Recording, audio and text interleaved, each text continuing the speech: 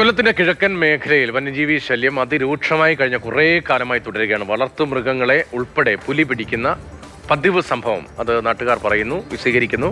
പത്തനാപുരം പൂങ്കുളഞ്ഞിയിൽ പുലിയിൽ നിന്ന് വളർത്തുനായ രക്ഷപ്പെട്ടത് അത്ഭുതകരമായാണ്. പുലിയെ പിടിക്കാൻ പൂങ്കുളഞ്ഞിയിൽ വനംവകുപ്പ് കൂട് സ്ഥാപിച്ചിട്ടുണ്ട്. പ്രദേശത്ത് നിന്ന് കണ്ണൻ നായർ തയ്യാറാക്കിയ റിപ്പോർട്ട് കൂടി ഒന്ന് കാണാം.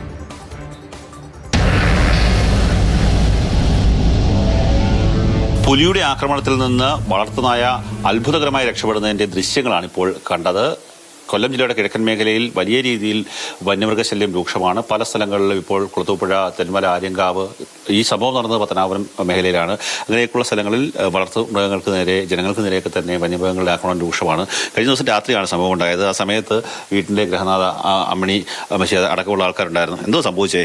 പട്ടി രാത്രി 12 മണി കഴിഞ്ഞ സമയത്ത് ഇവിടെ കിടന്ന് ഉറങ്ങുമായിരുന്നു. ഈ കസേരയുടെ അറമ്പിൽ ഉറങ്ങിയ സമയത്താണ് പുലി വരുന്നത്. പട്ടി കാണുന്നില്ല. അടുത്ത് വന്ന് പട്ടിയെ പിടിക്കാൻ തുടങ്ങിയപ്പോഴാണ് പട്ടി അറിയുന്നത്.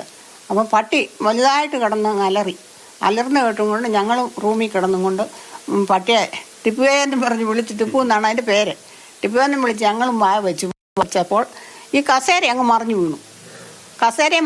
ഞങ്ങളുടെ ശബ്ദവും കേട്ടപ്പം പുലി അവനെ അങ്ങ് വിട്ടിട്ട് മുറ്റത്തിറങ്ങി വന്നതുപോലെ തന്നെ നടന്ന് പോയി ആ മതിലിൻ്റെ പുറത്തൂടെ ചാടി അങ്ങ് പോകുമായിരുന്നു.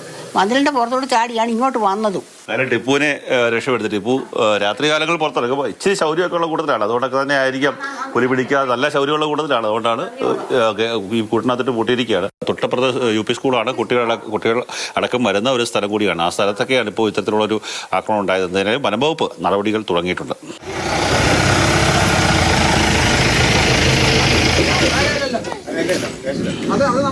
ഈ പുലിയെ കണ്ട വീടിന്റെ പിൻഭാഗം വനമേഖലയാണ്. അപ്പോൾ തന്നെ റബ്ബർ തോട്ടങ്ങളുണ്ട്. ആ സ്ഥലങ്ങളിലൂടെയാകാം പുലി എത്തിയതെന്നുള്ള ഒരു നിഗമനത്തിലാണ് വനംവകുപ്പ് ഉദ്യോഗസ്ഥരുള്ളത്. വനംവകുപ്പ് ഉദ്യോഗസ്ഥർ ഇവിടെ പരിശോധന നടത്തി.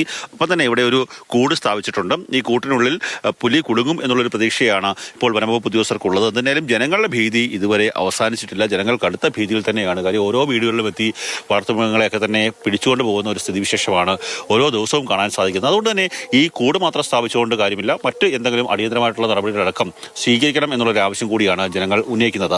ക്യാമറമാൻ ഷാനാസ് പരീദിനൊപ്പം കണ്ണൻ നായർ, മാതൃഭൂമി ന്യൂസ്, കൊല്ലം.